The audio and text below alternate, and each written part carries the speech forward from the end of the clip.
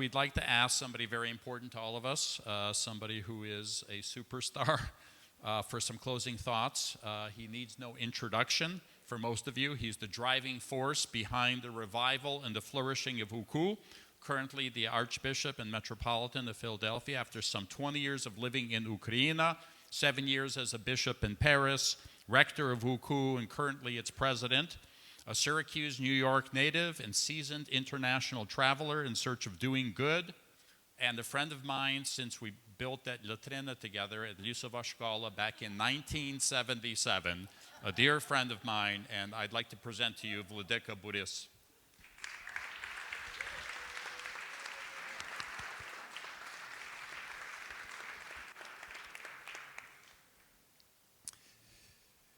In the name of Taras Dubko, the board members of UCU, the senators, the students, the faculty, the staff, I want to thank all of you. There are some of you who have been coming to this event for 20 years. And it's a family. Some of the people that are new here told me, I feel this atmosphere. There's a special atmosphere here. You're like a family, and we are like a family. Some of these people remember my parents. Some of these people, as we heard today, are 100 years old. Some people are 90 years old at a table that I won't point at. We greet you, we thank you. We thank you for walking with us. You walked with us when nobody believed in this project. Hardly anybody in Ukraine believed in it. Don't quote me, don't record it. The bishops didn't believe in it. The students believed. But the first who believed as a bigger community was New York. And I want to thank you for that. I'd like you to go away with a learning today. Something that is very important for Ukraine's resilience. It's a learning from the school that Volodymyr Zelensky is a student of subconsciously. It's the school that describes the identity of Ukraine that has captured the attention of the world. What is that school? With us here is a priest who is joining my team in Philadelphia, and we're beginning a school of diplomacy for representatives of our diocese, which is going to be run by UCU in Washington. It's beginning in January. Father Yuri Kozlowski, could you stand up? Any of you who have spoken with him know that he speaks an almost flawless English. He's a priest from Ukraine. UCU has given the church 600 priests. Father Yuri and his wife and 3 children for 10 years lived with the students of UCU in the collegia. There's dormitories, we call them collegia. And for every 40 students, there's a family that lives with them. It's something that Notre Dame does so well, accompanying students, accompanying faculty. Now, Father Yuri is a very happy guy. He's a smiling man. But he can draw a red line.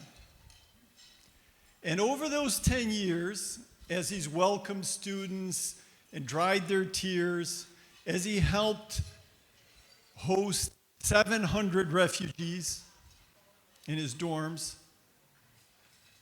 Father Yuri has had to expel some students. 2 of those students, Yuri Schwab and somebody who became his wife, Christina, I forgot her last name, they were expelled because there's rules in this dormitory regarding behavior. Boys and girls and alcohol and other things. And they crossed the red line. Out! You get a warning maybe the first time, but the second time, you're out. I want you to know that UCU does draw red lines in academics, in cheating and corruption, but also in behavior, how you relate to other people. Yuri Schwab joined the army, and he's been serving since the spring of 2022. Was he injured? No, he's not injured. He is not injured. But Yuri and Christina got married, and they have a 1.5-year-old child, Katerina. And Yuri, who was a law student, he finished the law school. You can get thrown out of the dorm, but you can still finish school. Yuri came back and he said, you know that course that we all ridiculed, that we all thought was being imposed on us, that we all thought was, pie in the sky. That course in Catholic social teaching is the most important thing that is keeping me from doing the right thing and not doing the wrong thing on the front. The course in Catholic social teaching, which I'm going to give you in 2 minutes, the main four lectures of.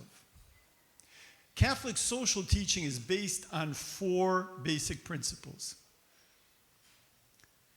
I'm not going to embarrass the UCU alumni and ask them what are they. Maybe the non-UCU alumni would like to volunteer. Because the Maidan is the incarnation of Catholic social teaching. What is happening in our army is Catholic social teaching. What Zelensky is doing is Catholic social teaching. Because this is what Metropolitan Andrei Sheptytsky, there's a guy that has the privilege to look a little bit like him up on that wall. Andrei Sheptytsky, for 44 years, in doses, understandable, small teachings, letters, shared with the millions of his faithful the main principles. But not only the principles, he created the institutions that modeled this teaching. Point number 1, God-given human dignity.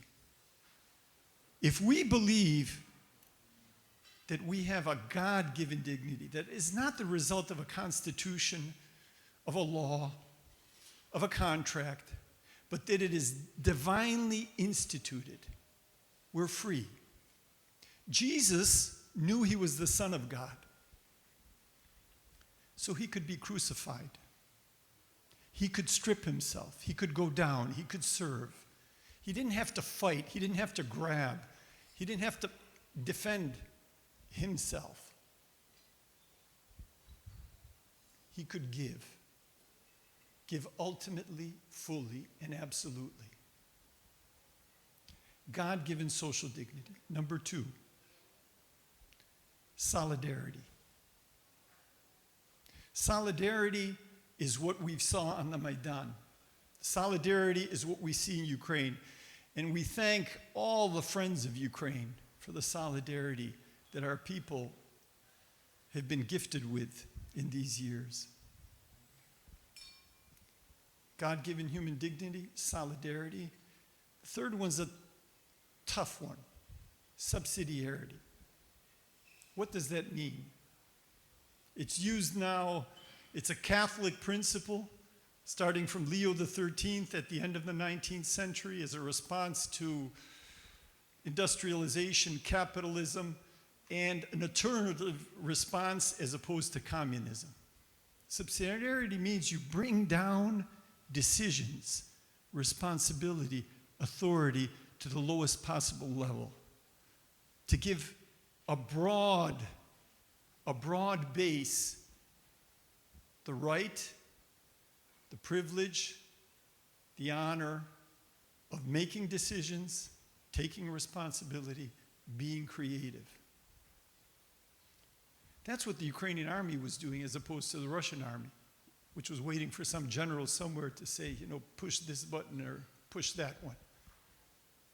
Ukrainian army was working according to the principles of subsidiarity. And the last of the four is the common good. All of this is supposed to be for the good of all, excluding nobody, discriminating against nobody. This is what Metropolitan Sheptytsky was preaching for almost half of a century. This is what our church went into the underground with, and with what it came out.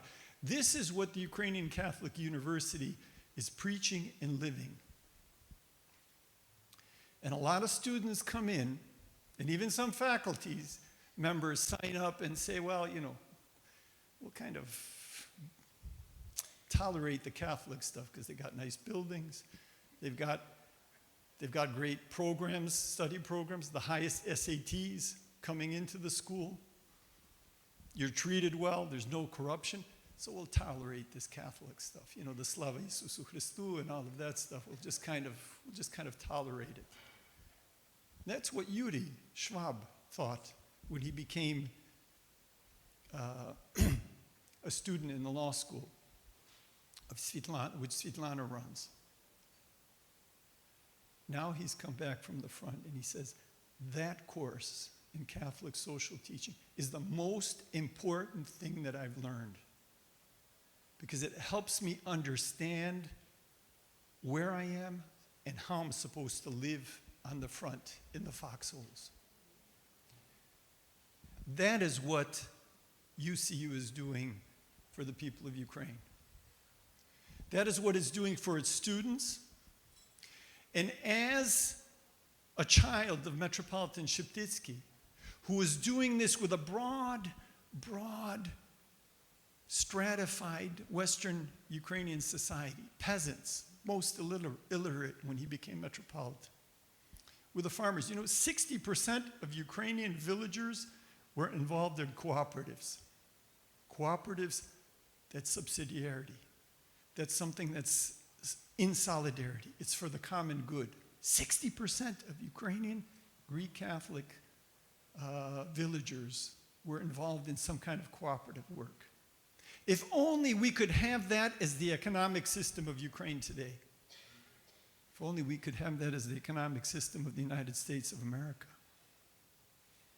To have elections where there's the theme of God-given dignity, of solidarity, of subsidiarity, and the common good.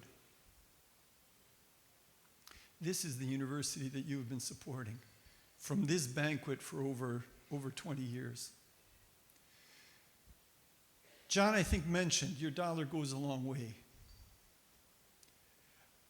What is the annual budget, operating budget of the Ukrainian Catholic University? Adrian, do you know? What would you guess? 10 million. 10 million. That's like one big laboratory, science laboratory in leading research university in the United States. Your donation has gone a long way for the last 20 years, and I want to thank you for that. Because it's not only helping with the laboratories or with the library, paying the faculty or allowing the students to study, but is working on the front.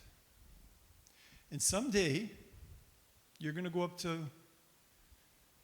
Volodymyr Zelensky and you're going to say, Mr. President, I know the school you studied in, and I want you to know what it is. And you're going to rattle off, what are the 4 principles? 1, God-given human dignity. 2, solidarity. 3, superiority. 4, the common good. I gave this lesson to